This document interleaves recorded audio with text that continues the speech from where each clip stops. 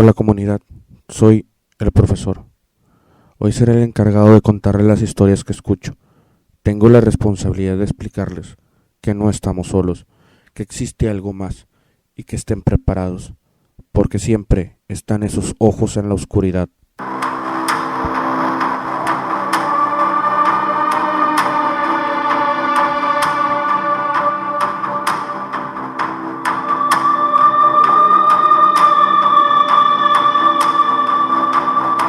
Hola profesor, quiero relatarte una historia de mi infancia. Todo sucedió en un pequeño pueblo rural del estado de Jalisco. Aunque hoy en día es considerado pueblo mágico y es muy turístico, en mi infancia las cosas eran muy diferentes. Era muy extraño alcanzar a ver un automóvil, fuera de las camionetas de trabajo que se utilizaban en las grandes destiladoras de tequila, que ya existían en todos esos ranchos dedicadas al cultivo de agave. Mi historia comienza con la apertura de una destiladora de tequila muy conocido en todo México y el mundo.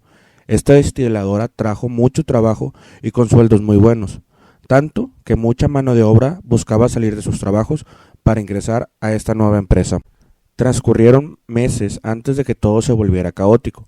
Los trabajadores que antes se formaban para intentar entrar al trabajo, ahora querían recuperar sus antiguos empleos. Todo esto por la historia de que cosas extrañas pasaban en el turno de noche.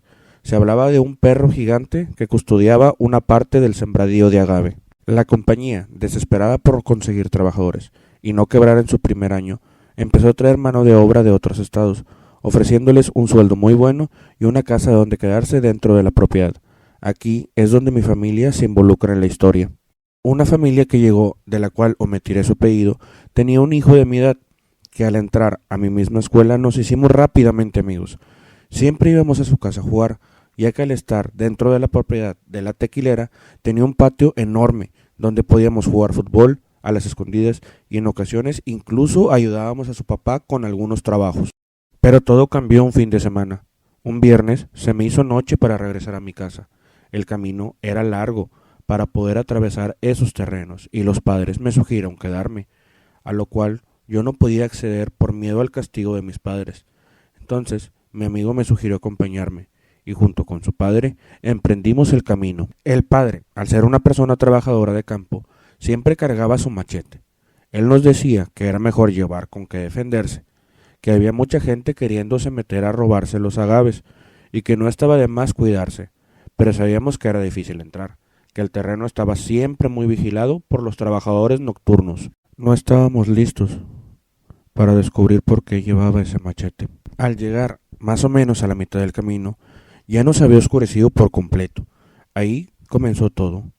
Empezamos a escuchar un aullido y unos pasos que, aunque cortos, se podían sentir que empezaban a acercarse. Al escuchar esto, el papá de mi amigo rápidamente sacó su machete y nos empezó a incitar que aceleráramos el paso. Los pasos se escuchaban más cerca y el papá nos pidió que corriéramos hacia la salida. Corrimos lo más fuerte que pudimos hasta llegar a la caseta de entrada. Allí, los guardias de seguridad nos atraparon y nos pidieron una explicación de por qué estábamos corriendo. Les contamos lo que pasó, lo del padre de mi amigo y ese sonido que escuchamos. Ellos, asustados, se vieron. Nos pidieron que nos quedáramos dentro de la caseta y ellos salieron a buscar al padre de mi amigo. Los vi cargar una pistola y algo más.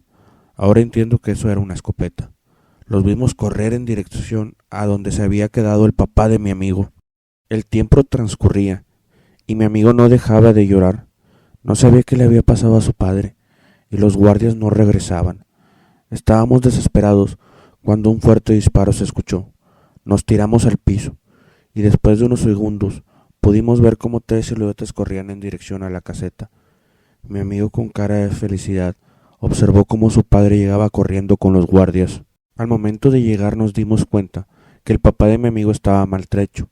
Tenía raspones por todo su cuerpo, la camisa rota y una marca de garra en el pecho. Todo esto mientras un poco de sangre se escurría por su brazo. Mi amigo no dejó de llorar al verlo, pero él valientemente le decía a su hijo: «No pasó nada, hubieras visto cómo quedó él, estaba más cortado que yo». Yo no podía entender por qué lo llamó él. ¿Eso que nos persiguió era un animal? ¿Un perro feral? ¿O un coyote tal vez? En ese momento no entendí por qué llamarlo así.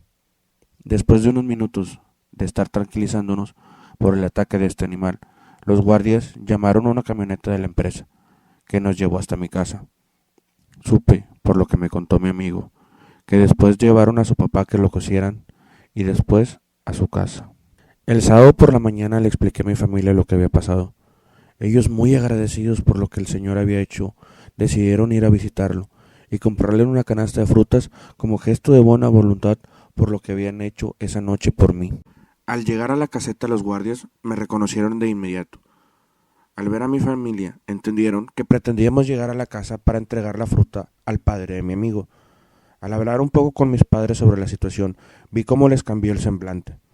Con una voz titubeante, hablaron conmigo para decirme que esta sería la última vez que visitaría a mi amigo en su casa. Uno de los guardias nos acompañó hasta la pequeña casa. Al llegar mis padres se presentaron y presentaron el obsequio al señor. Él, aún en recuperación, agradeció el gesto y los invitó a pasar. Así comenzó una plática entre los adultos. Mi amigo y yo estuvimos escuchando a escondidas detrás de una pared que divide la sala de la cocina. Lo que escuchamos fue algo aterrador. El padre de mi amigo describió a esa criatura como un nahual, un brujo que podía convertirse en un coyote gigante. Él habló que tuvo mucha suerte, ya que tenía su machete.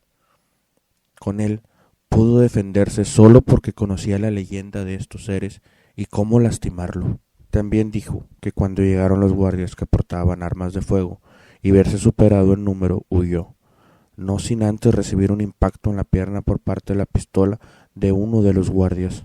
También comentó que era muy raro que uno de estos seres anduviera tan cerca de aquí, que los dueños de otras empresas siempre dejaban algún obsequio para que estos seres no interrumpieran a los trabajadores, pero a esta criatura no le importó. Cuando estábamos escuchando eso, todos nuestros sentidos empezaron a enloquecer. Nuestra piel se puso de gallina al escuchar cómo un aullido tronaba fuera de la casa. Después se escuchó otro y uno más, hasta que nos dimos cuenta que eran 3, todos fuertes y claros fuera de la casa. El padre de mi amigo y el mío rápidamente formaron una barricada en la puerta, con sillas, mesas y lo que pudieron arrastrar. Mi mamá cerró las cortinas de todas las ventanas, mientras la mamá de mi amigo encendió fuego por esa pequeña chimenea que usaban como cocina. Unos pasos estrepitosos y un golpe en la puerta nos hicieron retroceder. Los aullidos se escuchaban en todas direcciones alrededor de la casa. Rasguños en la pared empezaban a escucharse, toques en la ventana, y una respiración grave y grande se notaba detrás de la puerta. Pero así como llegaron, se fueron. Estuvimos alrededor de 1 hora más en la casa para cuando nos decidimos a salir. Fue algo que hasta hoy me da mucho miedo. Había pisadas alrededor de la casa, algunas con forma de animal y otras de seres humanos.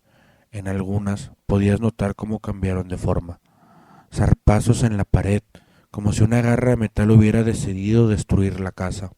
La familia de mi amigo y la mía decidió salir de allí esa misma tarde. Todos emprendimos caminos para dejar esas tierras. Salimos con mucha presura hacia mi casa, para que ellos pudieran pasar la noche allí. Casi al llegar a la caseta encontramos un señor, ya muy grande de edad, que al vernos empezó a reírse. Nosotros pasamos casi corriendo por su lado. Solo alcanzamos a escuchar que nos gritaba: «No los quiero volver a ver por aquí». Cuando estábamos por cruzar la caseta, los guardas del turno de día nos preguntaron por qué salíamos todos de allí. Les avisamos sobre lo que sucedió en la casa, esos nahuales que nos rodearon y el viejito que acababa de aparecer. Los dos se pusieron a reír. Nos dijeron que eso no existía, que eran puros cuentos, que nada de eso podría ser verdad, pero había algo que no cuadraba, y era su risa. Era igual a la de aquel viejo, y entonces lo notamos. Uno de ellos traía una mancha de humedad en su pierna derecha. Él de inmediato se dio cuenta que nos percatamos de esa marca. Él solo sonrió y nos dijo: «Aún me duele ese disparo. Fue mi error por no reconocerte, que eras un trabajador, pero si te metes con uno, te metes con toda la manada». El otro guardia nos dijo: «Ya váyanse». Nosotros le avisamos al patrón que renunció, y por su propio bien ya no vuelva. Mi familia se fue del pueblo unos meses después. De mi amigo y su familia no supimos más. Todo eso se quedó grabado en mí para siempre. cómo una familia de nahuales trabajaba en esa tequilera muy famosa en México. Quiero mantenerme anónimo, profesor, y muchas gracias por contar mi historia.